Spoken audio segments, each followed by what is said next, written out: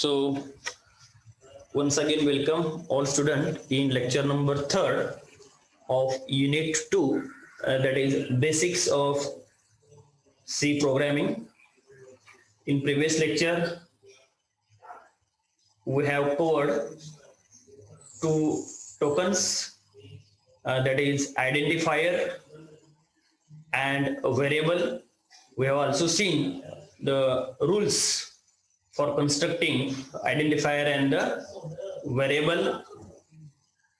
Then we have seen the concept of data type, then types of data type, their memory size and the range for each data type. The data type are int, float, double, and first is character. Then we have seen the types of operators. There are 8 types of operators, and among these we have covered first, that is arithmetic operator. So now today we will see the next operators.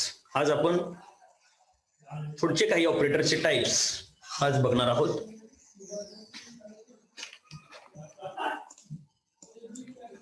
Next type is relational operator. Next type काय आहे बघा, relational operator. तर आज आपण relational operator पाहणार आहोत. पहिल्यांदा सर्वांना सूचना आहे, आपला मोबाईल साईडला ठेवा. आपला जो मोबाईल आहे, आपला जो मायक्रोफोन आहे तो म्यूट करून मोबाईल पूर्णपणे साईडला ठेवा, जेणेकरून आपला मोबाईल पुन्हा मायक्रोफोन चालू होणार नाही याची दक्षता घ्या. तर आज आपण रिलेशनल ऑपरेटर पाहणार आहोत. रिलेशनल ऑपरेटर म्हणजे काय बघा. So the relational operator it checks the relation between two operands, relation between two operands or relation between two variables. म्हणजे काय की बऱ्याच वेळा आपण एखादी संख्या ही लहान आहे, एका दुसऱ्या संख्येपेक्षा ही पहिली संख्या लहान आहे, पहिली संख्या दुसऱ्या संख्येपेक्षा मोठी आहे, दोन्ही संख्या इक्वल आहेत किंवा लेस दॅन इक्वल टू आहे, ग्रेटर दॅन इक्वल टू आहे, असं लहान मोठेपणा आपण रिलेशन हे काय करत असतो, ठरवत असतो.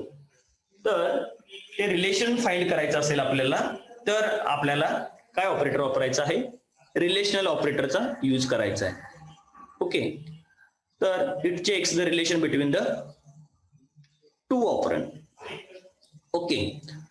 त्याच्यानंतर फॉर एक्झाम्पल जर आपण बघायचं झालं तर आपण दोन संख्या घेऊया. एम मध्ये आपण 10 स्टोअर केलेला आहे आणि एन मध्ये 20 स्टोअर केलेला आहे. एम मध्ये 10 आणि एन मध्ये 20. तर ह्या दोघांच्या मधलं रिलेशन आपल्याला काय करायचं आहे, फाइंड करायचं आहे.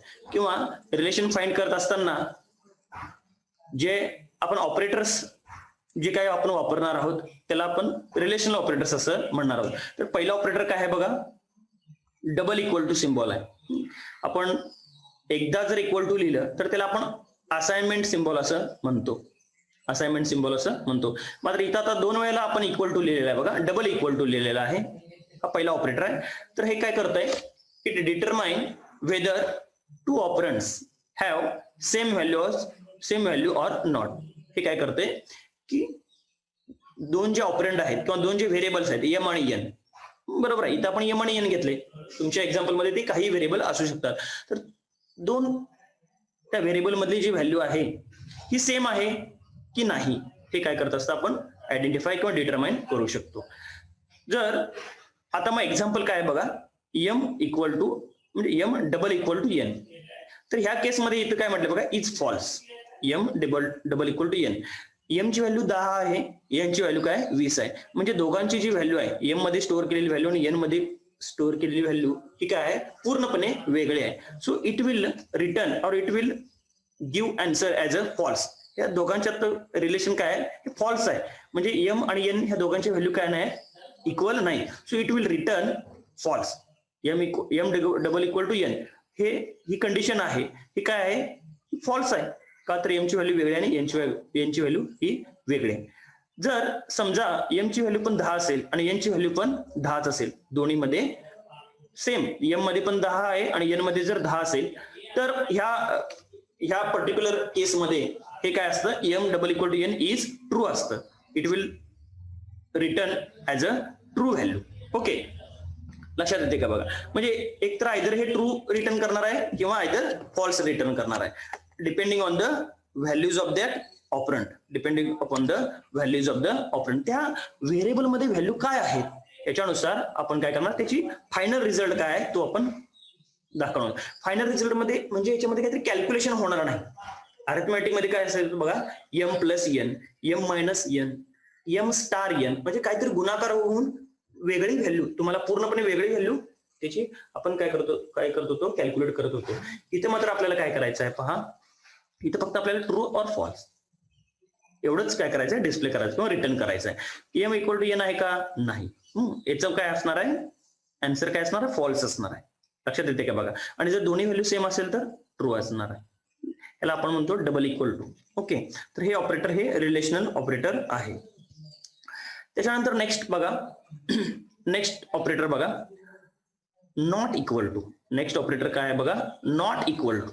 मगाशी काय होतं, डबल इक्वल टू, आता not equal to. It will determine whether two operands have same value or not. हे सुद्धा काय करतं, दोघांची व्हॅल्यू सेम आहेत का नाही हे चेक करतं.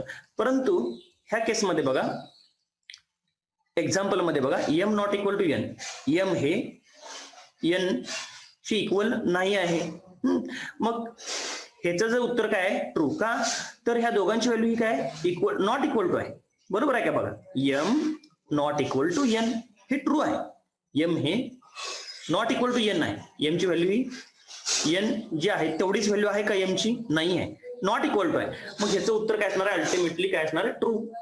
बरोबर आहे का बघा. इथं एम इक्वल टू एन आहे का, नाही, म्हणून उत्तर काय आलं, फॉल्स. इथं काय म्हटलं आपण, m not equal to n आहे का, मग इक्वल टू नाही, मग नॉट इक्वल टू आहे का, हो, नॉट इक्वल टू आहे. एमची व्हॅल्यू वेगळे आहे, एनची व्हॅल्यू वेगळे आहे, म्हणून याचा आन्सर काय घेतलेला आहे बघा, ट्रू. लक्षात येते का बघा, इथं इक्वल टू आहे आणि इथं not equal to. Equal to false आहे म्हणजे त्याच्या एक्झॅक्टली ऑपोजिट काय, नॉट इक्वल टू आहे का, मग येस, नॉट इक्वल टू. हे जे इक्वेशन आहे हे काय, हे बरोबर आहे. बरोबर आहे, M not equal to N is true. ह्याचा आन्सर काय असणार आहे, ट्रू असणार. नंतर सिम्बॉल काय बघा, नेक्स्ट ऑपरेटर काय, रिलेशन ऑपरेटर, ग्रेटर दॅन. बरोबर आहे, कीबोर्ड मध्ये तुम्हाला ग्रेटर दॅन आणि लेस दॅन असे सिम्बॉल दिसतील बघा, ग्रेटर दॅन. तर हे काय करतं, greater than determine whether left side operand have greater value than right side operand. म्हणजे M greater than N, M greater than N हे काय करतं, आयडेंटिफाय करतं की लेफ्ट साइडची जी व्हॅल्यू आहे ही काय आहे, ग्रेटर आहे का, कशापेक्षा, राईट साइड ऑपरंट पेक्षा. लेफ्ट साइड ऑपरंटची व्हॅल्यू ही राईट साइड ऑपरंटच्या पेक्षा व्हॅल्यू जास्त आहे का हे चेक करतो. आता आपल्या एक्झाम्पल मध्ये बघा, M greater than N, M ची व्हॅल्यू ही एन पेक्षा मोठी आहे का, एमची व्हॅल्यू 10 आहे, एनची व्हॅल्यू 20 आहे. एम ग्रेटर दॅन एन असं जर आपण इक्वेशन लिहिलं, एम ग्रेटर दॅन एन, तर एमची व्हॅल्यू 10 आहे, एनची व्हॅल्यू 20 आहे. मग याचं उत्तर काय, फॉल्स आहे. हे ट्रू होणार नाही का, एमची व्हॅल्यू लहान आहे, एनची व्हॅल्यू ही मोठी आहे. म्हणून एम ग्रेटर दॅन एन काय, हे काय येणार, फायनल आन्सर काय येणार, इज फॉल्स. जर असं असतं, एमची व्हॅल्यू 20 असती आणि एनची व्हॅल्यू 10 असती, तर मात्र काय असतं, हे काय असतं, ट्रू असतं. लक्षात येते का बघा. म्हणजे याचा रिझल्ट काय आहे, फॉल्स आहे. मग कशासाठी वापरतात, हे चेक करतात की डाव्या साईडची व्हॅल्यू ही मोठी आहे का उजव्या साईड पेक्षा, हे चेक करतो आपण कशानं, ह्या ग्रेटर दॅन. नंतर काय बघा, लेस दॅन. दुसरा सिम्बॉल काय आहे, less than. It determine whether left side operand काय करते बघा, डिटरमाइन करतं, determine whether left side operand have less value than right side operand. हे काय चेक करतं की डाव्या साईडची व्हॅल्यू ही उजव्या साइड पेक्षा लहान आहे का चेक करतं. मग ऑब्विसली ह्या इक्वेशन मध्ये एम लेस दॅन एन, याच्यामध्ये एम ची व्हॅल्यू काय, 10, ही लहान आहे एन पेक्षा, म्हणजे 20 पेक्षा लहान आहे. मग ह्याचं उत्तर काय असणार आहे, true. M less than N is true. Okay, त्याच्यानंतर बघा, आता नेक्स्ट बघा, greater than equal to. Greater than equal to. फक्त हे मगाशी ग्रेटर बघितलं आणि लेस बघितलं, आता ग्रेटर दॅन इक्वल टू.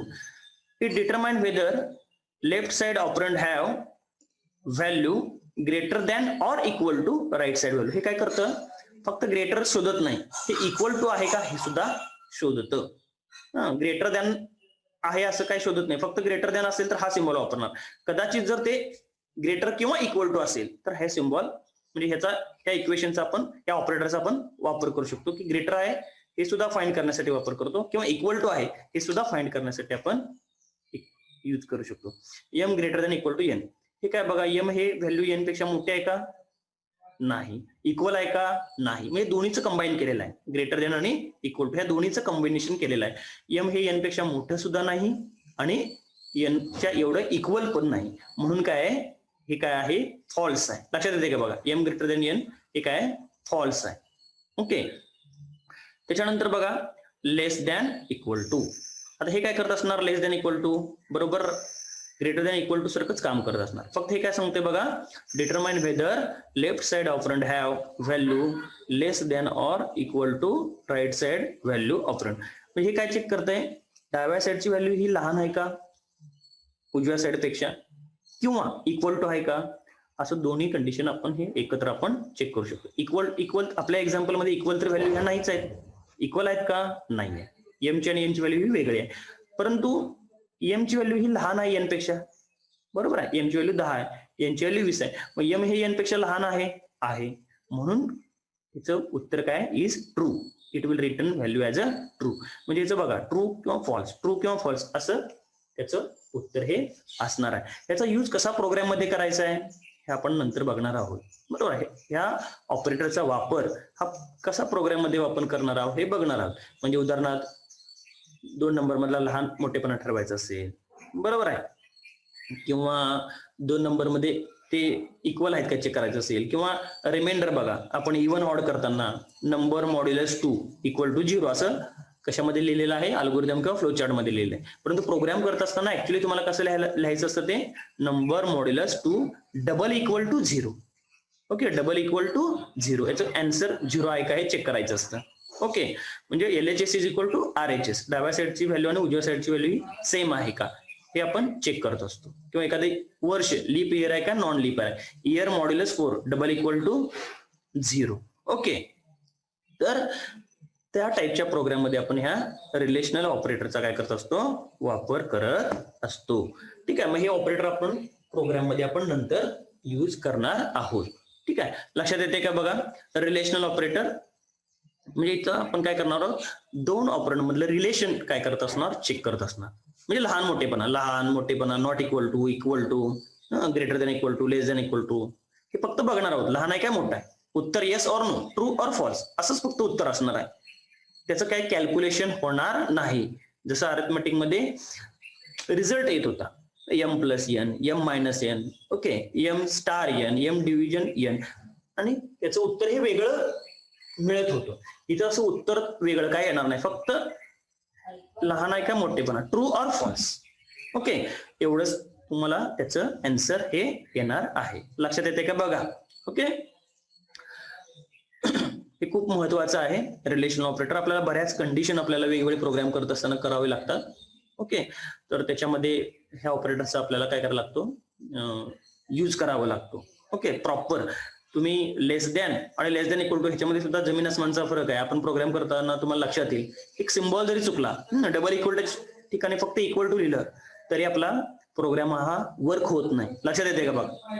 तर खूप महत्वाचं हे ऑपरेटर्स आहेत. हे ऑपरेटर्स तुम्हाला अतिशय अगदी काळजीपूर्वक हे काय करायला पाहिजे, प्रोग्राम मध्ये आपल्याला काय करायचे आहेत, वापरायचे आहेत. ओके, तर आपण रिलेशनल ऑपरेटर हे आपण नंतर 1 बाय 1 आपण काय करायचे प्रोग्राम मध्ये यूज करणार आहोत. हे आपण नंतर बघणार आहोत. ओके, तर आपल्याला नेक्स्ट आता काय बघायचं आहे बघा, लॉजिकल ऑपरेटर. लॉजिकल ऑपरेटर आता आपण आज बघणार आहोत. कसे काय लॉजिकल ऑपरेटरचा कुठले लॉजिकल ऑपरेटर आहेत हे आपण बघणार आहोत. ओके, आता पहिला बघा, logical operators are use to check the conditions. Logical operators सुद्धा काय, म्हणजे हे सुद्धा का वापरतोय आपण, logical operators are use to check the condition. इथे सुद्धा काय करायला लागणार आहे आपल्याला, वेगवेगळ्या कंडिशन्स आहेत ह्या काय करायच्या आहेत, चेक करण्यासाठी इथे हे लॉजिकल ऑपरेटर सुद्धा इथे सुद्धा लॉजिकल ऑपरेटरचा वापर करणार आहोत. These operators are used in decision making statement. एक आपल्याला पुढं एक कन्सेप्ट आहे थर्ड चॅप्टर मध्ये, डिसिजन मेकिंग अँड ब्रांचिंग, अशी आपण एक पुढे कन्सेप्ट बघणार आहोत. तर अशी काही स्टेटमेंट्स आहेत, तर आपण काय करणार आहोत, लॉजिकल ऑपरेटर आपण यूज करायचे आहेत. म्हणजे याचा सुद्धा यूज काय आहे की वेगवेगळ्या ज्या कंडिशन्स आहेत, म्हणजे मल्टिपल कंडिशन्स आहेत, इथं मल्टिपल कंडिशन आपल्याला काय करायचे आहेत, चेक करायचे आहेत. फक्त एकच कंडिशन नाही, म्हणजे लेस दॅन इक्वल टू असे नाही. तर आपल्याला काय करायचे आहेत, मल्टिपल कंडिशन जे आहेत ते आपल्याला आपण ऍट अ टाइम काय करायचे आहेत, एका स्टेटमेंटमध्ये आपण काय करू शकतो, ह्या ऑपरेटरचा वापर करून यूज करू शकतो. तर ह्या कशा वापरायच्या आहेत हे बघा. It returns true or false according to the condition satisfaction. इथं सुद्धा मगासारखंच आहे, it returns true or false. आता रिटर्न्स म्हणजे काय हे आपण नंतर तुम्हाला ह्या शब्दाचा अर्थ मी शब्द आता तुम्हाला सांगायचा असेल तर तुम्हाला थोडा लक्षात येणार नाही. डिस्प्ले असं लक्षात ठेवा, it display true or false according to condition satisfaction. म्हणजे ती कंडिशन ट्रू असेल किंवा फॉल्स असेल तर ती कंडिशन ट्रू म्हणजे सॅटिस्फाय होते का नाही. सॅटिस्फाय होत असेल तर इट विल रिटर्न ट्रू, आणि सॅटिस्फाय होत नसेल तर इट विल रिटर्न फॉल्स. तर त्याचे एक्झाम्पल बघूया. पहिला ऑपरेटरचा सिम्बॉल आहे पहा, याला आपण लॉजिकल अँड असं म्हणणार आहोत. याला आपण काय म्हणणार आहोत, लॉजिकल अँड. दोन वेळेला जो सिम्बॉल आपण अँड सिम्बॉल जो आहे आपण यूज करतो बघा, तसा सिम्बॉल जो आहे आपण कीबोर्डवर सुद्धा आपल्याला तो बघायला मिळेल. तर दोन वेळेला अँड सिम्बॉल आपल्याला लिहायचा आहे. ओके, तर त्याला आपण म्हणणार का आहोत टेक्निकल टर्म मध्ये लॉजिकल अँड. मग ह्याचा वापर काय करायचा आहे किंवा हे कशासाठी यूज करणार आहोत, logical and operator used to check multiple condition आपल्याला चेक करायचे आहेत. चेक करायचे आहेत म्हणजे ट्रू आहे का false. Okay, if all condition get satisfy then condition become true. म्हणजे समजा दोन कंडिशन 2, 3 अशा एकत्र कंडिशन आपल्याला काय करायचे आहे, लिहायचे आहेत. आणि त्या जर सगळ्या कंडिशन काय असतील तर त्या सॅटिस्फाय झाल्या तर इट विल म्हणजे फायनल रिझल्ट जो काय तो काय होईल, ट्रू असा आहे. ओके, उदाहरणार्थ समजा मला असं म्हणायचं आहे 3 नंबर आहेत, ए बी आणि 3, ए बी आणि सी न 3 असे नंबर आहेत. समजा ए हे बी पेक्षा पण मोठा आहे, ए हे सी पेक्षा पण मोठा आहे, तरच आपण काय म्हणणार, ए हा सगळ्यात मोठा नंबर आहे असं म्हणणार. बरोबर आहे का बघा. म्हणजे दोन कंडिशन आल्या, ए हा बी पेक्षा पण मोठा आहे, ए हा सी पेक्षा पण मोठा आहे. या दोन्ही कंडिशन जर ट्रू असतील तरच आपण काय म्हणणार, ए हा लार्जेस्ट नंबर आहे असं म्हणणार. बरोबर आहे, 3 नंबर मध्ये. तसं मल्टिपल कंडिशन आपल्याला काय करायचे आहे, एकत्र करायचे आहे. ओके, तर त्यासाठी आपण लॉजिकल अँड वापरणार. आता इथं बघा एक्झाम्पल बघा, m double equal to 10 and logical and m double equal to 10 आणि logical and n not equal to m. तर ह्याचा रिझल्ट काय बघा, इथं दोन कंडिशन आपण एकत्र केल्या. दोन कंडिशन कुठल्या ही पहिली आहे, पहिल्या ब्रॅकेटमध्ये पहिली कंडिशन, दुसऱ्या ब्रॅकेटमध्ये दुसरी कंडिशन. आणि ह्या दोन्ही कंडिशन जर ट्रू असतील तर आणि तर त्याचा फायनल रिझल्ट काय असणार आहे, ट्रू. एक फॉल्स असून चालणार नाही, दोन्हीचं उत्तर सुद्धा काय असलं पाहिजे, ट्रू असलं पाहिजे. तर आपण आता बघूया, m double equal to 10, m मध्ये 10 आहे का, आहे. m मध्ये आपण व्हॅल्यू काय स्टोअर केलेली आहे, 10. म्हणजे पहिली कंडिशन ही काय आहे, ट्रू आहे, म्हणजे सॅटिस्फाय आहे. पहिली जी काय कंडिशन ही काय केलेली आहे, ही सॅटिस्फाय आहे, हे बरोबर आहे. m double equal to 10, m मध्ये 10. दुसरी कंडिशन काय बघा, n not equal to m, n ची व्हॅल्यू ही m बरोबर नाही आहे, नॉट इक्वल टू आहे. नॉट इक्वल टू आहे का, तर n मध्ये वेगळी व्हॅल्यू आहे, 20 आहे. ती m बरोबर आहे का, नाही आहे. यांच्या दोन्ही कंडिशन ह्या बरोबर आहे. लक्षात येते का बघा, m मध्ये 10 सुद्धा स्टोअर केलेला आहे आणि दुसरी कंडिशन मध्ये काय, हे इक्वल पण नाही आहे. ह्याचं पण उत्तर ट्रू आहे, ह्याचं पण उत्तर ट्रू आहे. पहिल्याचं उत्तर काय, ट्रू आहे, m इक्वल टू 10 आहे का, 10 स्टोअर केले, हे उत्तर ट्रू. दुसरं नॉट इक्वल टू आहेत का ते दोन्ही, राईट, ह्याचं सुद्धा उत्तर काय, true. True and true. Okay, म्हणजे दोन्ही कंडिशन, दोन्ही म्हणजे ह्या केसमध्ये दोन्ही, उद्या 2 असतील, 3 असतील, 4 असतील, what ever it may be, तर सगळ्याच्या सगळ्या कंडिशन जर ट्रू असतील तर त्याचं अल्टिमेट उत्तर जे आहे, फायनल उत्तर जे आहे, हे काय असणार आहे, ट्रू असणार आहे. लक्षात येते का बघा, फायनल उत्तर काय असणार आहे, ट्रू असणार आहे. ओके, ह्याला काय म्हणायचं, लॉजिकल अँड. म्हणजे एकापेक्षा जास्त कंडिशन म्हणजे मल्टिपल कंडिशन आपण काय करणार आहोत, एकत्रपणे चेक करणार आहोत. त्याच्यासाठी आपण हे लॉजिकल अँड आपण वापरलेलं आहे. आणि ह्या सगळ्या कंडिशन ट्रू असतील तर फायनल उत्तर सुद्धा काय असणार आहे? ट्रू. आणि एक जर फॉल्स असेल, एखादी कंडिशन त्याच्यातील फॉल्स असेल तर फायनल उत्तर सुद्धा काय असणार आहे? फॉल्स असणार आहे. ओके. तर त्याच तसंच सेम काय लॉजिकल ऑर. आता हे कसं सिम्बॉल केलंय बघा, दोन उभ्या रेषा आहेत, ह्याला आपण काय म्हटलेलं आहे? Logical or. दोन उभ्या रेषा दिसतात का बघा, त्याला आपण काय म्हटलेलं आहे? Logical or. तर मग लॉजिकल ऑर काय करतं? ह्याचं पण तेच ऑपरेशन आहे. Logical or operator used to check multiple conditions. If either of condition get satisfied, then condition become true. म्हणजे समजा दोन कंडिशन आहे, त्याच्यातली एक जरी कंडिशन ट्रू असेल किंवा सॅटिस्फाय असेल तरी फायनल उत्तर हे काय असणार आहे? ट्रू असणार. लक्षात येते का? बघ, लॉजिकल अँड मध्ये काय होतं? सगळ्याच्या सगळ्या कंडिशन काय करायला पाहिजे होत्या? ट्रू असायला पाहिजे होत्या, तर आणि तरच फायनल उत्तर हे ट्रू होतं. इथं मात्र काय आहे? एक जरी कंडिशन त्याच्यामध्ये ट्रू असेल, एक जरी कंडिशन ट्रू असेल तर फायनल उत्तर हे काय असणार आहे? ट्रू असणार आहे. ओके. इथं बघा एक्झाम्पल दिलेलं आहे, m greater than equal to 20 और logical or n greater than m. आता ह्याच्यामध्ये बघा, पहिली condition here first condition false. पहिली कंडिशन फॉल्स आहे का? m मध्ये व्हॅल्यू काय आहे? 10 आहे. आणि इथं काय म्हणतोय आपण? m greater than 20. 10 हे 20 पेक्षा मोठा आहे का? नाही. म्हणजे पहिली कंडिशन आले फॉल्स झाली, म्हणजे सॅटिस्फाय आहे का? नाही. तर दुसरी कंडिशन बघूया, n greater than m. n ची व्हॅल्यू ही m पेक्षा मोठी आहे का? आहे. आणि सेकंड कंडिशन ट्रू, म्हणजे फर्स्ट कंडिशन फॉल्स आहे, सेकंड कंडिशन ट्रू आहे. So result of or operation is true. Okay. Ultimate result जो आहे काय आहे? हा शेवटचा फायनल रिझल्ट जो आहे तो काय असणार आहे? ट्रू असणार. लक्षात येते का? बघ, एक जरी याच्यातली कंडिशन ट्रू असेल तरी चालेल. Either of condition get satisfy म्हटले. कुठली एक जरी कंडिशन ट्रू असेल तरी फायनल रिझल्ट हा ट्रू. असं काय इथं गरज नाही की सगळ्याच्या सगळ्या कंडिशन ज्या आहेत त्याचं उत्तर ट्रू असलं पाहिजे. ओके. ह्याला म्हणायचं लॉजिकल ऑर. आणि वर पहिलं जे आपण बघितलं ते लॉजिकल अँड. लक्षात येते का? बघा, नंतर नेक्स्ट काय आहे? Logical not. ओके. लॉजिकल ऑपरेटरचं टाईप थर्ड आहे लॉजिकल नॉट. हे काय करते बघा? लॉजिकल नॉट हे जसं तुम्ही निगेशन ऑपरेटर वापरता मॅथ्स मध्ये वगैरे बघितलं असेल, निगेशन ऑपरेटर ट्रू असेल तर फॉल्स करतं, फॉल्स असेल तर ट्रू करतं, त्याला आपण निगेशन असं म्हणतो. तर सेम तसंच त्याचं वर्किंग आहे लॉजिकल नॉटचं. तर एक्सप्लेनेटरी चिन्ह आहे बघा, उद्गारवाचक चिन्ह, त्याला म्हणायचं logical not. Logical not operator reverses logical state of operand. Okay. इथं OPERAND असं तुम्ही नोट्स मध्ये लिहा. Logical not operator reverses logical state of operand. म्हणजे ट्रू असेल फॉल्स करतं, फॉल्स असेल तर ट्रू करतं. If condition is true then it return false, and if condition is false then it returns true.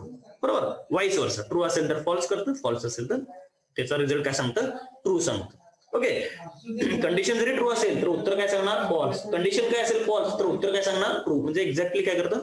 Opposite सांगतं. आता बघा, नॉट इक्वल टू, आता याचं काय करतं? m लेस दॅन n. m लेस दॅन n. m ची व्हॅल्यू ही n पेक्षा लहान आहे. m काय आहे? 10 आणि n मध्ये काय? 20 आहे. Here m less than n it produces true. बरोबर. फक्त जर आपण म्हटलं m लेस दॅन n, याचं उत्तर काय? ट्रू आहे. याचं उत्तर काय आहे? ट्रू आहे. m लेस दॅन n याचं उत्तर काय? True. But because of not operator, logical not, because of logical not operator it is converted in to false. याचं मात्र उत्तर काय? हे लॉजिकल नॉट जे लावलेलं आहे की नाही, हे जर लॉजिकल नॉट नसतं तर याचं उत्तर काय आलं असतं? ट्रू आलं असतं. याचं उत्तर काय आलं असतं? True. It produces true. But हे जे लॉजिकल नॉट मागं प्रिफिक्स लावल्यामुळं याचे कंडिशन जरी ट्रू असेल तरी कन्वर्ट कशामध्ये झालेलं आहे? याचं फॉल्स मध्ये. लक्षात येते बघा, लॉजिकल नॉट म्हणजे निगेशन. ट्रू उत्तर येत असेल तर ते फॉल्स करते, फॉल्स उत्तरात असेल तर त्याचे व्हॅल्यू काय करते? ट्रू करते. लक्षात येते का? बघा, तर याला काय म्हणायचं? Logical not. तर बघा, logical and, logical or and logical not. लक्षात येते का? बघा, त्याच्यानंतर आपण नेक्स्ट ऑपरेटर आपण आता बघूया. नेक्स्ट ऑपरेटर काय बघा, आपण सिंपल ऑपरेटर आहे, इन्क्रीमेंट अँड डिक्रीमेंट ऑपरेटर नावामध्येच आहे. Increment and decrement operator. Increment and decrement. Increment and decrement operators are unary operators. असे वेगळ्या टाईपचे हे पण काही टाइप्स आहेत, युनरी, बायनरी. बायनरी ऑपरेटर म्हणजे आपण म्हणतो असे जे काही ऑपरेटर्स आहेत की त्यांना दोन व्हेरिएबलची किंवा दोन ऑपरंटची गरज आहे. ए प्लस बी, ए आणि बी ची गरज आहे, बरोबर आहे. ए इंटू बी, इथं पण दोन व्हेरिएबलची गरज आहे. परंतु असे पण काही ऑपरेटर्स आहेत, त्याला म्हणतो युनरी ऑपरेटर्स म्हणतो, की त्याला फक्त एका व्हेरिएबलची गरज आहे किंवा एका ऑपरंटची गरज आहे, ते म्हणजे युनरी. मग हे इन्क्रीमेंट अँड डिक्रीमेंट ऑपरेटर दोन्ही they are unary operator. Means they take one operand, OPERAND, थोडस करेक्शन करून घ्या, OPERAND operand to perform operation. It means they take one operand किंवा one variable to perform operation. Increment operator add one to variable. आता बघा, increment म्हणजे वाढणे, simple आहे. Increment झाली म्हणते आपण, वाढ झाली. एखाद्या आपण जनरल शब्द वापरतोय बघा, एखाद्या पगारामध्ये इन्क्रीमेंट झाले असं म्हणतो. एखाद्या पगारामध्ये किंवा एखादे व्हॅल्यू डिक्रीमेंट झाले अशी म्हणतो. डिक्रीमेंट म्हणजे कमी होणे, इन्क्रीमेंट म्हणजे वाढणे. मग आपल्या ह्याच्यामध्ये इन्क्रीमेंट ऑपरेटर जो आहे तर तो किती न, म्हणजे त्याच्यात वाढ किती नव्हते, एक नव्हते. Increment operator add value 1 to variable. एक न व्हॅल्यू त्याची वाढते. म्हणजे एक असेल तर व्हॅल्यू 2 होईल, 2 असेल तर 3 होईल, 4 असेल तर 5 होईल. अलग लक्षात, एक न व्हॅल्यू वाढते. इन्क्रीमेंट ऑपरेटरचा काय उपयोग आहे बघा, त्याचा वापर करून आपण एखादी व्हॅल्यू एक न वाढवू शकतो. डिक्रीमेंट ऑपरेटर म्हणजे काय बघा, decrement operator subtract one from variable. उदाहरणार्थ हे काय करतं, डिक्रीमेंट कमी करतं. किती न कमी करतं, एक न कमी करतं. म्हणजे व्हॅल्यू एखादी 10 असेल आणि आपण डिक्रीमेंट ऑपरेटर वापरला तर 10 ची व्हॅल्यू काय होईल, 9 होईल. समजा एखाद्याची व्हॅल्यू 20 असेल आणि डिक्रीमेंट ऑपरेटर वापरला तर त्याची काय व्हॅल्यू होईल, त्याची व्हॅल्यू काय होईल, 20 ची काय होईल, 19 होईल. लक्षात येते का बघा, इन्क्रीमेंट म्हणजे एक न वाढवणे, डिक्रीमेंट म्हणजे एखाद्याची व्हॅल्यू कमी करणे. मग आता ह्याचा वापर हा आपल्याला प्रोग्राम मध्ये करायचा आहे. तुम्ही म्हणाल सर एवढं हे सिंपल आहे, याचा वापर काय, तर काही प्रॉब्लेम्स आपल्याला मॅथमॅटिकल असेल किंवा अदर ऍप्लिकेशन्स डेव्हलप करत असताना, प्रोग्राम करत असताना हे सगळे ऑपरेटर आपल्याला वापरायचे आहेत. आले का लक्षात बघा, हे जे काही टोकन्स आपण बघणार आहोत, व्हेरिएबल बघितलेले आहेत, डेटा टाईप बघितलेला आहे, आयडेंटिफायर बघितलेला आहे, बरोबर, कॅरेक्टर सेट बघितलेलं आहे, हे सगळं आपल्याला पुढे प्रोग्राम करत असताना वापरायचे आहेत. मग हे काय सगळंच वापरायचं नाही, जर जे लागेल ते आपल्याला तिथं त्या ठिकाणी आपल्याला काय करायचं आहे, यूज करायचं आहे. म्हणून हे आपण आता बघत आहोत. आता ऑपरेटर बघा, फॉर एक्झाम्पल आपण एक एक्झाम्पल घेतलेलं आहे, m = 5. m मध्ये काय घेतलेलं आहे, व्हॅल्यू 5 घेतलेलं आहे. आता प्लस प्लस ऑपरेटर काय केलेलं आहे, प्लस प्लस ऑपरेटर. आता ही नावं आहे, मगाशी जसं 2 अँड होते, लॉजिकल अँड, तर इथं आता काय म्हटलेलं आहे बघा, plus plus operator, plus plus operator. Okay, तर ह्याला आपण काय म्हणतो, इन्क्रीमेंट. म्हणजे एकदाच प्लस नाही, प्लस म्हणजे ते अरिथमेटिक मध्ये गेलं. हे आता 2 वेळेला प्लस सिम्बॉल वापरलं. ओके, प्लस आणि पुन्हा प्लस. तर ह्याला आपण टेक्निकली काय म्हणतो, इन्क्रीमेंट ऑपरेटर असं म्हणतो. मग एक्झाम्पल काय दिले बघा, प्री इन्क्रीमेंट. आता याच्यामध्ये 2 टाइप्स आहे, प्री आणि post. Pre increment, post increment. Pre decrement, post decrement. लक्षात, प्री आणि पोस्ट. मग ह्याच्यामधला काय फरक आहे ते आपण नंतर बघणार आहोत. अजून थोडा ह्याच्यामध्ये फरक आहे प्री आणि पोस्ट मध्ये, तर तो आपण नेक्स्ट स्लाइडला बघणार आहोत. सध्या लक्षात काय बघा, प्लस प्लस. समजा आपल्याला प्री इन्क्रीमेंट मध्ये काय होतं, प्लस प्लस एम असं लिहिलं. काय लिहिलं मी, प्लस प्लस एम. तर याचं उत्तर काय येणार आहे बघा, एम मध्ये व्हॅल्यू काय होती, 5 होती. प्लस प्लस एम लिहिल्यामुळं एम मधली जी काही व्हॅल्यू होती आधीची, त्याच्यामध्ये 1 न वाढ होणार, फक्त 1 ऍड होणार. म्हणजे काय होणार उत्तर, याचं उत्तर काय येणार आहे बघा, इथं 6 आहे. इथं ट्रू फॉल्स होणार नाही. मगाशी जसं रिलेशन मध्ये, लॉजिकल मध्ये ट्रू आणि फॉल्स येत होतं, इथं ट्रू, याचं काहीतरी उत्तर येणार, एखादा आन्सर येणार अरिथमेटिक प्रमाणे. प्लस प्लस एम म्हणजे एम मध्ये जी काही व्हॅल्यू आहे, त्याच्यामध्ये एक व्हॅल्यू 1 न ऍड होणार. एम मध्ये काय होतं, व्हॅल्यू 5 होती. आता 5चं काय झालं, 6. 5चं काय झालेलं आहे, 6 झालेलं आहे. नंतर बघा पोस्ट इन्क्रीमेंट. पोस्ट इन्क्रीमेंट म्हणजे लिहिण्याचं स्टाईल बघा, लिहिण्याचं format, M plus plus. Post म्हणजे नंतर, प्री म्हणजे व्हेरिएबलच्या आधी, त्याच्यावरून ती नावं पडलेली आहेत, प्री आणि पोस्ट. लक्षात आलं का, प्री म्हणजे व्हेरिएबलच्या आधी प्रीफिक्स आपण म्हणतो बघा, प्रीफिक्स, पोस्ट फिक्स, लक्षात येते का? प्री म्हणजे आधी, पोस्ट म्हणजे नंतर. मग याचा लिहिण्याचा फॉर्मॅट बघा, एम प्लस प्लस, मग काय होतं प्लस प्लस एम, आता काय एम प्लस प्लस. ओके, मग ह्याचं उत्तर काय येणार आहे? याचं उत्तर सुद्धा 1 न त्या एम मधली व्हॅल्यू ही वाढणार आहे. एम मध्ये किती होतं? 5 होतं, त्याची व्हॅल्यू काय झालेली आहे? 6. म्हणजे तुम्ही प्लस प्लस एम लिहा किंवा एम प्लस प्लस लिहा, दोन्हीचा अर्थ काय एकच आहे. दोन्हीचा अर्थ काय एकच आहे. दोघांमध्ये सुद्धा काय झालेलं आहे? 1 न व्हॅल्यू ऍड झालेली आहे किंवा वाढलेली आहे. आता नेक्स्ट बघा, आता आपल्याला काय बघायचं आहे? Post decrement. आता आपल्याला काय बघायचं आहे? Post decrement. पोस्ट डिक्रीमेंट मध्ये बघा, त्याच्यामध्ये पण 2 टाइप्स आहेत, प्री डिक्रीमेंट आणि पोस्ट डिक्रीमेंट. प्री डिक्रीमेंट मध्ये काय लिहिलेलं आहे बघा, प्री डिक्रीमेंट मध्ये काय लिहिलेलं आहे बघा, प्री डिक्रीमेंट आणि post decrement. Okay, pre decrement मध्ये म्हणजे मायनस मायनस एम, हा जो सिम्बॉल आहे मायनस मायनस. ओके, हे बघा, हे मायनस मायनस. ओके, हा प्लस प्लस याला म्हणायचं इन्क्रीमेंट, आणि डिक्रीमेंटचा सिम्बॉल कसा असतो? मायनस मायनस, 2 वेळा लिहायचं सलग, मायनस मायनस. मग ह्याच्यामध्ये पुन्हा प्री आणि पोस्ट. मग जर मायनस मायनस एम लिहिलं तर एम मधली जी व्हॅल्यू होती 5, ती व्हॅल्यू 1 न कमी झाली, त्याचे उत्तर काय झालेलं आहे? 4. आणि पोस्ट डिक्रीमेंट, तर प्री इन्क्रीमेंट, प्री डिक्रीमेंट आहे तसं पोस्ट डिक्रीमेंट. एम मध्ये व्हॅल्यू काय आहे बघा? 5. आता पोस्ट डिक्रीमेंट म्हणजे काय होईल बघा? एम मायनस मायनस, म्हणजे एम मधली व्हॅल्यू काय झालेली आहे? 5 ची व्हॅल्यू 4. म्हणजे तुम्ही मायनस मायनस एम लिहू शकता किंवा एम मायनस मायनस लिहू शकता. जर आधी लिहिला सिम्बॉल तो त्याला म्हणायचं प्री, आणि जर तो सिम्बॉल नंतर लिहिला, व्हेरिएबलच्या नंतर लिहिला, तर त्याला काय म्हणायचं? पोस्ट. लक्षात आलं? जसं pre increment, post increment, pre decrement, post decrement, असे काय आहेत? हे टाइप्स आहेत. आलं लक्षात? तर दोन्हीच्या वेळेला 1 न व्हॅल्यू एकतर वाढ होणार तर किंवा एकतर व्हॅल्यू काय होईल? कमी होणार. ओके, तर याला म्हणायचं इन्क्रीमेंट आणि डिक्रीमेंट. मग ह्याच्यामध्ये थोडस ऍडिशन आहे, याच्यामध्ये थोडासा चेंज आहे. तर तो चेंज आपण काय आहे बघा, कसा वर्क होत असतो, अजून थोडस वेगळं सांगायचं असेल तर.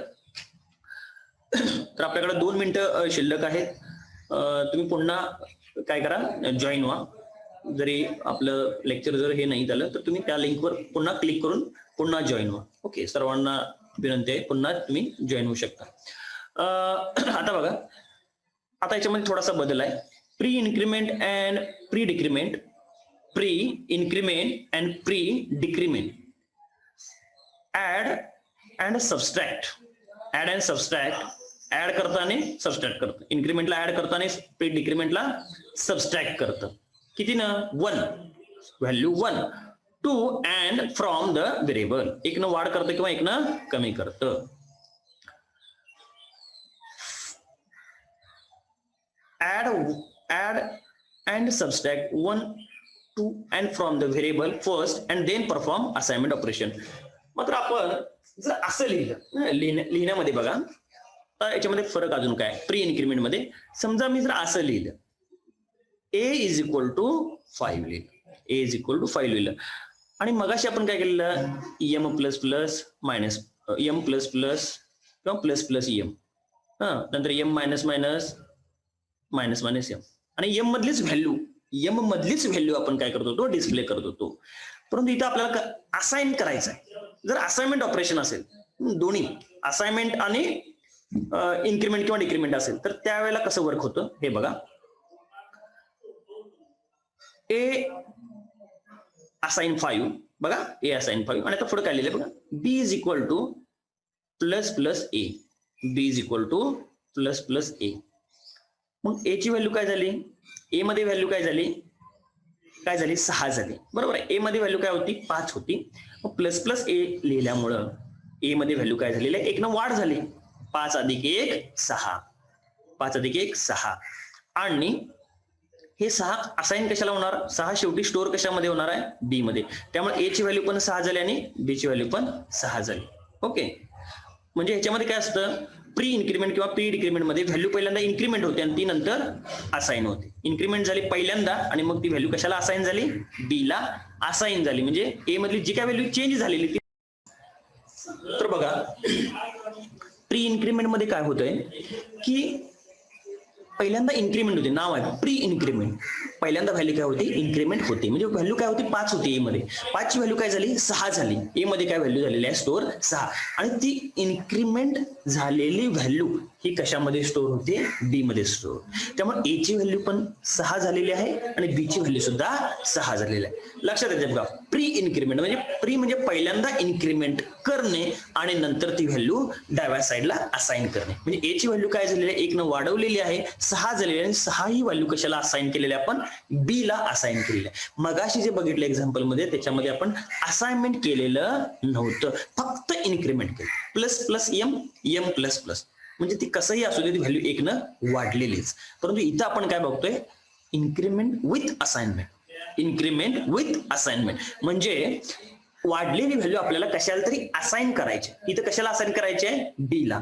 मग ह्याच्यामध्ये काय होतं, प्री म्हणजे पहिल्यांदा वाढवणे. ए ची व्हॅल्यू काय झालेली आहे, प्री म्हणजे पहिल्यांदा व्हॅल्यू काय वाढवलेली व्हॅल्यू काय झाली, 5 ची व्हॅल्यू 6 झाली. आणि 6 ही असाइन आपण कशाला केलेली आहे, व्हॅल्यू बी ला असाइन केलेली आहे. त्यामुळं काय झालेलं आहे, दोघांची व्हॅल्यू सेम झाली आहे. ए ची व्हॅल्यू पण 6 झालेली आहे आणि बी ची व्हॅल्यू पण 6 झालेली आहे. आता प्री डिक्रीमेंट मध्ये बघा, ए ची व्हॅल्यू काय 5. आता मी काय लिहिले बघा, मगाशी जसं B is equal to plus plus A लिहिलं होतं, आता काय लिहिलंय बघा, B is equal to minus minus A. B is equal to काय लिहिलंय बघा, मायनस मायनस ए. म्हणजे काय होईल, ए ची व्हॅल्यू पहिल्यांदा 1 न कमी होईल. काय होईल, ए मायनस मायनस ए म्हटल्यामुळे 5 ची व्हॅल्यू काय झालेली आहे, 4. ए मध्ये काय व्हॅल्यू झालेली आहे, 4. ए इज इक्वल टू काय झालं, 4. परंतु ही 4 ही व्हॅल्यू कशाला असाइन केलेली आहे, बी ला. B single equal to minus minus A म्हणजे ए मधली कमी झालेली व्हॅल्यू कशाला असाइन केलेलं आहे, आपण बी ला असाइन केलेली आहे. 1 न कमी झाली, 5 ची व्हॅल्यू 4 झाली. ही 4 ही व्हॅल्यू कशाला असाइन केलेली आहे, बी ला असाइन केलेली आहे. त्यामुळं दोघांमध्ये सुद्धा, ए मध्ये सुद्धा 4च व्हॅल्यू आहे, ती 1 न कमी झाली. आणि बी मध्ये सुद्धा व्हॅल्यू काय झाली, 4च आली. दोन्हीकडे बघा, प्री मध्ये दोन्ही व्हॅल्यू सेम असतात, दोन्ही व्हॅल्यू सेम असतात, त्याच्यामध्ये काय बदल नाही. लक्षात येते काय बघा. ओके, प्री इन्क्रीमेंट पहिल्यांदा वाढवणे मग असाइन करणे, प्री डिक्रीमेंट पहिल्यांदा डिक्रीमेंट करणे मग असाइन करणे. ओके, आता नेक्स्ट थोडासा बदल बघा, त्याच्यामध्ये पोस्ट मध्ये काय फरक पडतो. Post increment and post decrement. नाव काय बघा, post increment and post decrement. म्हणजे व्हेरिएबलच्या नंतर जर आपण ऑपरेटर वापरलं, M minus minus, M plus plus, याला आपण पोस्ट म्हणतो, बरोबर आहे. Post increment and post decrement do the assignment operation first. इथे काय होतंय, पहिल्यांदा असाइन होते, पहिल्यांदा इन्क्रीमेंट किंवा डिक्रीमेंट होत नाही. पहिल्यांदा जी काय व्हॅल्यू असेल ती डाव्या साईडला पहिल्यांदा काय होते, assign. Post increment and post decrement do the assignment operation first and then it perform add and subtract one to and from the variable. पहिल्यांदा असाइनमेंट होते आणि मग त्याच्यामधली व्हॅल्यू 1 न कमी करायची आहे किंवा वाढवायची आहे, हे काम नंतर होते. लक्षात आलं का. पोस्ट म्हणजे नंतर करणे, प्री म्हणजे आधी करणे. ओके, आता पोस्ट मध्ये एक्झाम्पल मध्ये बघा, ए इज इक्वल टू 5. ए मध्ये काय व्हॅल्यू आहे, 5 ही व्हॅल्यू ए ला असाइन केलेली आहे. आता बी मध्ये काय केलंय बघा, B is equal to A plus plus. हे खालचं स्टेटमेंट महत्वाचं आहे, B is equal to A plus plus. आता इथं काय झालेलं आहे बघा, B is equal to A plus plus मध्ये ए ची व्हॅल्यू पहिल्यांदा वाढवायची नाही, ही पोस्ट आहे. हे काय आहे, पोस्ट इन्क्रीमेंट आहे, पहिल्यांदा व्हॅल्यू असाइन करायची. मग ए मध्ये काय व्हॅल्यू आहे सांगा, 5 आहे, ती व्हॅल्यू पहिल्यांदा बी ला असाइन करायची. म्हणून बी मध्ये व्हॅल्यू काय स्टोअर झालेली आहे बघा इथं व्यवस्थित carefully, B is equal to 5. हे पोस्ट आहे, म्हणजे पहिल्यांदा काय करणे, व्हॅल्यू जी उजव्या साईडला ती डाव्या साईडला असाइन करून टाकणे. त्यामुळे एतली व्हॅल्यू काय होती 5, ही कशाला असाइन करून टाकली, बी ला असाइन केली, बी इज इक्वल टू 5. आणि नंतर इन्क्रीमेंट करणे, पोस्ट आहे, पोस्ट म्हणजे नंतर करणे. म्हणून काय झालंय, ए प्लस प्लस. आता ए ची व्हॅल्यू 1 न वाढवा, ए मध्ये काय होतं 5 होतं, 5 ची व्हॅल्यू काय झालेली आहे सांगा 6. त्यामुळे काय झालं, ह्याला म्हणायचं पोस्ट इन्क्रीमेंट. पोस्ट इन्क्रीमेंट मध्ये काय होणार, व्हॅल्यू पहिल्यांदा काय होणार, असाइन होणार. RHS ची व्हॅल्यू राईट साइडची व्हॅल्यू लेफ्ट साइडला व्हॅल्यू असाइन होणार आणि मग काय होणार, इन्क्रीमेंट होणार. म्हणून ए मध्ये बी मध्ये व्हॅल्यू काय गेलेली आहे ऍज इट इज जुनीच व्हॅल्यू, ए मध्ये काय होती, जुनी व्हॅल्यू 5 होती, ती 5 ही व्हॅल्यू बी मध्ये कॉपी केली आणि ए मध्ये नंतर वाढवलेले ए प्लस प्लस हे नंतर पोस्ट म्हणजे नंतर वाढवणे. लक्षात, मग ए मध्ये काय झालेलं आहे 6, बी मध्ये काय झालेलं आहे 5. ह्या वेगळ्या वेगळ्या व्हॅल्यू आहेत बघा. या पोस्ट मध्ये थोडंसं तुम्हाला काळजीपूर्वक करायचं आहे. हे पोस्ट इन्क्रीमेंट झालं. त्याच पद्धतीने काय बघा, पोस्ट डिक्रीमेंट. पोस्ट डिक्रीमेंट मध्ये काय केलंय बघा, ए इज इक्वल टू 5. ए मध्ये काय घेतलं आपण, व्हॅल्यू 5 घेतली आणि लिहिले कसं बघा स्टेटमेंट मी, B is equal to minus minus A. B is equal to काय लिहिलं, मायनस मायनस ए. ए मधली व्हॅल्यू काय होती 5, ही पहिल्यांदा असाइन करून टाकणे. कशाला असाइन करून टाकली, बी ला. पोस्ट डिक्रीमेंट आहे. डिक्रीमेंट ऑपरेशन नंतर पहिल्यांदा काय करायचं, असाइनमेंट ऑपरेशन. आलं काय लक्षात. मग ए मध्ये व्हॅल्यू काय होती 5 ही व्हॅल्यू होती, ही 5 हे असाइन कशाला केली, बी ला. लगेच व्हॅल्यू ए ची बी मध्ये कॉपी केली, बी इज इक्वल टू 5. इथं पण बी इज इक्वल टू 5 आणि नंतर काय केलेलं आहे आपण, डिक्रीमेंट केले. नंतर मायनस मायनस ए म्हणजे 5 ची व्हॅल्यू काय झालेली आहे आता, मायनस मायनस मुळे काय झाली, 1 न कमी झाली, 1 न काय झाली, कमी झाली. त्यामुळं ए मध्ये व्हॅल्यू काय झाली 4 झाली. लक्षात आलं काय बघा, ए ची व्हॅल्यू काय झालेली आहे 4 आणि बी ची व्हॅल्यू काय झालेली आहे 5. आलं लक्षात. थोडस पोस्ट इन्क्रीमेंट किंवा पोस्ट डिक्रीमेंट मध्ये काय होते ते लक्षात घ्या, की पहिल्यांदा असाइनमेंट होणे आणि मग तुमचं काय इन्क्रीमेंट असेल किंवा डिक्रीमेंट ऑपरेशन करणे. प्री मध्ये काय होतं बघा, या साईडला इथं बघा, प्री मध्ये पहिल्यांदा इन्क्रीमेंट करणे. 5 ची व्हॅल्यू 6 झाली, ती असाइन करायची बी ला. इथं पण 5 ची व्हॅल्यू काय झाली, कमी, 1 न कमी झाली 4, ती व्हॅल्यू बी ला असाइन केली. म्हणजे इथं पहिल्यांदा ऑपरेशन इन्क्रीमेंट किंवा डिक्रीमेंटचं करायचं प्री आणि मग असाइन करायचं, आणि इथं मात्र पोस्ट पहिल्यांदा असाइन करायचं मग इन्क्रीमेंट करायचं. लक्षात येते का बघा. यात थोडस तुम्हाला प्रॅक्टिस न किंवा एकदा तुम्ही व्यवस्थित समजून घेतला, वाचला, वापरला, यूज केला तर तुम्हाला ह्यात नेमकं ह्याच्यातला काय फरक आहे हे लक्षात येईल. परंतु जनरल तुम्हाला विचारलं इन्क्रीमेंट आणि डिक्रीमेंट मधला काय फरक, तर तुम्ही सांगू शकता increment operation increment the value of the variable by value 1. decrement operation will decrement the value of variable by 1. एक न वाढते, एक न कमी. मग प्री आणि पोस्ट मधला मात्र तुम्हाला जर हा फरक जर सांगायचा असेल तर तुम्हाला हे एक्झाम्पल घेऊन एक्सप्लेन केलं पाहिजे. तुम्हाला डिस्क्रिप्टिव्ह जर एक्झाम झाली तर तुम्हाला हे विचारलेलं आहे, explain pre increment, explain post increment किंवा काय फरक आहे हे तुम्हाला विचारलेलं आहे. ओके, किंवा ऑब्जेक्टिव्हला पण असा क्वेश्चन येऊ शकतो, असं काहीतरी ऑपरेशन देऊ शकतात आणि ह्याच्यामध्ये काय व्हॅल्यू स्टोअर होते, पर्याय देतील तुम्हाला आणि त्यातले तुम्हाला आयडेंटिफाय करायला सांगतील.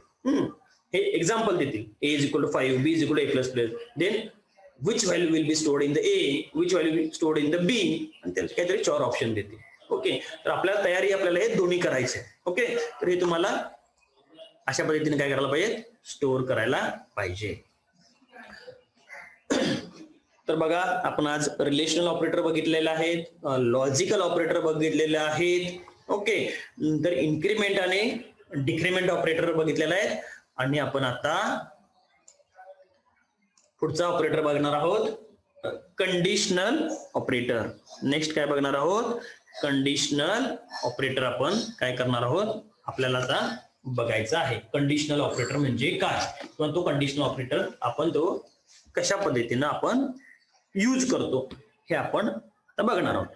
तर कंडिशनल ऑपरेटर म्हणजे काय बघा, conditional operator uses ternary operator. Uses ternary operator म्हणजे इथं कंडिशनल ऑपरेटरलाच आपण काय म्हणणार आहोत, टर्नरी ऑपरेटर असं म्हणणार आहोत. याच्यामध्ये 2 आपण ऑपरेटरचा यूज करणार आहोत. त्याच्या ऑपरेटरचं सिम्बॉल कसे आहेत बघा, क्वेश्चन मार्क आणि कोलन, वर एक टिंब आणि खाली एक टिंब आहे बघा. ओके, वर एक टिंब आणि खाली एक टिंब आहे. तर हे जो ऑपरेटर आहे ह्याला आपण काय म्हणतो, कंडिशनल ऑपरेटर किंवा टर्नरी ऑपरेटर असं ह्याला म्हटलं जातं. मग कसं वापरलं जातं हे प्रोग्राम मध्ये, किंवा याचं उत्तर कशा पद्धतीने आयडेंटिफाय होतं हे आता आपण बघूया.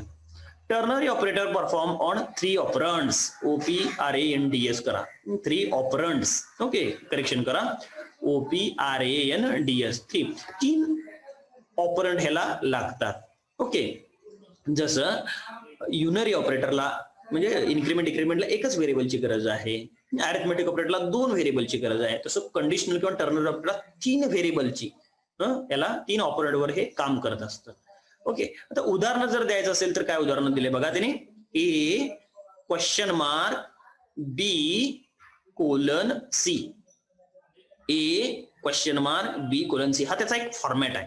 हा त्याचा काय जनरलाइज्ड फॉर्मॅट आहे. ए कोलन ए क्वेश्चन मार्क बी कोलन सी, हा त्याचा काय आहे जनरलाइज्ड काय दिलेला आहे त्याने एक हा फॉर्मॅट दिलेला आहे.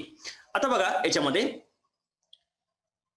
इफ ए इज ट्रू, समजा ही ए जी इक्वेशन आहे ओके हे काय असेल ट्रू असेल किंवा ही कधी कंडिशन आहे. If A is true then perform B otherwise perform C. समजा ई कंडिशन ए ही ट्रू असेल तर काय परफॉर्म करायला सांगितलं त्याने बी हे ऑपरेशन परफॉर्म करायचं आहे. समजा ए हे फॉल्स असेल तर कुठलं ऑपरेशन परफॉर्म करायचं आहे सी. लक्षात आलं काय बघा हा जनरलाइज्ड फॉर्मॅट आहे. ए क्वेश्चन मार्क बी कोलन सी. ए ट्रू असेल तर बी याचं उत्तर येईल, ए फॉल्स असेल तर याचं उत्तर काय येईल सी. आलं लक्षात. कसं वापरायचं आपण बघणार आहोत. फक्त सध्या लक्षात ठेवा की याचा फॉर्मॅट किंवा सिंटॅक्स काय ए question mark B colon C.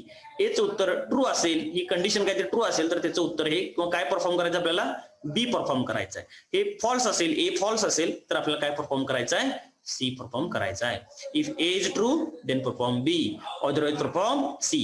Here A B C can be condition of the expression. हे काय असू शकतात कंडिशन्स असू शकतात. कंडिशनच आहेत असं नाही, कंडिशन कॅन म्हटलंय they can be conditions of the expression. Condition असू शकतात किंवा अजून काहीतरी व्हॅल्यू सुद्धा असू शकतात. बी आणि सी याच्यामध्ये व्हॅल्यू सुद्धा असू शकते. त्याचं एक्झाम्पल काय दिलेलं आहे बघा. एक्झाम्पल काय दिलेलं आहे. Example X is equal to 10 Y is equal to 20. X मध्ये व्हॅल्यू काय दिलेली आहे 10, वाय मध्ये व्हॅल्यू काय दिलेली आहे 20. एक्स मध्ये 10 दिलेला आहे वाय मध्ये 20 दिले. आणि त्याचा एक एक्झाम्पल म्हणजे त्याचा वापर कसा केलाय बघा कंडिशनल ऑपरेटरचा. मॅक्स हे एक व्हेरिएबलचं नाव घेतलं मॅक्स. मॅक्स म्हणजे मॅक्झिमम ह्या दोन मधला मॅक्झिमम व्हॅल्यू आपल्याला फाइंड करायचे. 10 मोठा आहे का 20 मोठा आहे. कशानं using conditional operator using ternary operator. कसा युज केलाय बघा. मॅक्स म्हणजे maximum. Max is equal to X greater than Y question mark थोडं एक्स घेतलेला आहे कोलन वाय घेतलेला आहे. ह्याचा अर्थ काय आहे बघा. याचा अर्थ असा आहे जर ही condition X greater than Y याचं जर उत्तर ट्रू आला असेल तर ही आपल्याला काय करायचं आहे एक्स परफॉर्म करायचं म्हणजे x will be stored in the max otherwise it will stored Y. He condition true असेल तर आपल्याला एक्स परफॉर्म करायचा आहे. ही कंडिशन फॉल्स असेल तर आपल्याला वाय परफॉर्म करायचं आहे. If value of X having greater value than Y X ही वाय पेक्षा मोठी आहे का चेक करायचं आहे. This condition is true. ही कंडिशन ट्रू असेल then value of x is assigned to the max variable. In this case value of y will be assigned to max. ह्या केस मध्ये मात्र कुठली व्हॅल्यू असाइन होणार आहे बघा.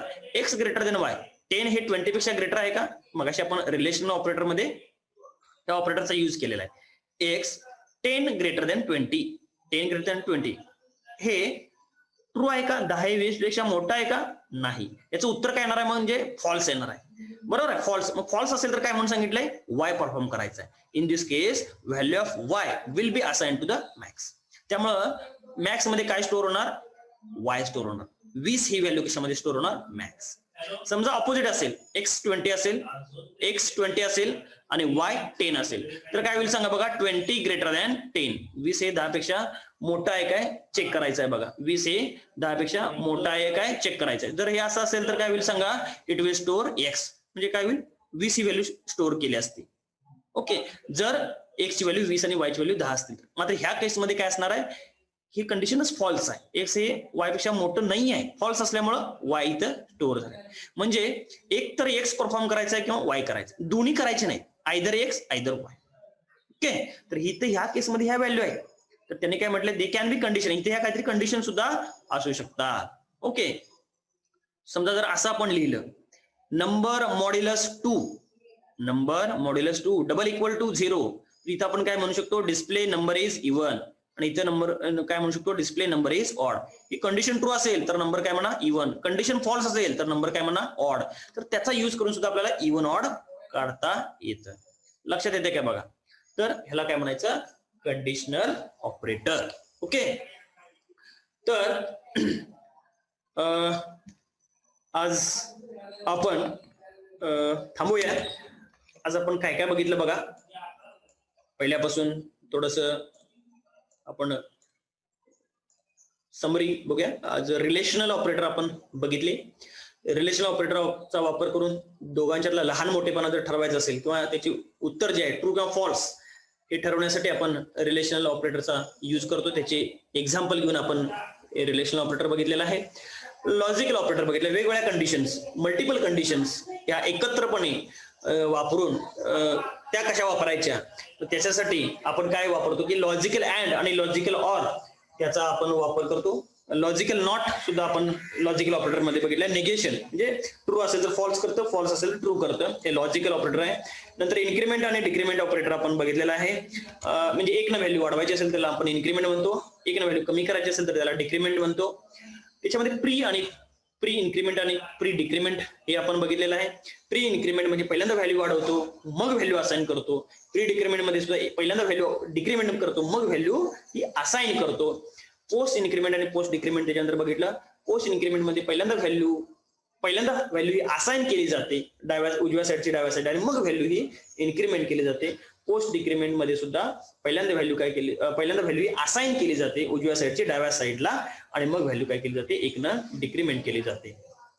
त्याच्यानंतर आपण काय बघितलं, लास्टला शेवटी कंडिशनल ऑपरेटर बघितलं. म्हणजे ह्यालाच आपण टर्नरी ऑपरेटर असं म्हणतो. 3 व्हेरिएबलची गरज आहे, 3 ऑपरंटची गरज आहे. त्याचा फॉर्मॅट जो आहे, त्याचा सिंटॅक्स जो आहे तो A question mark B C.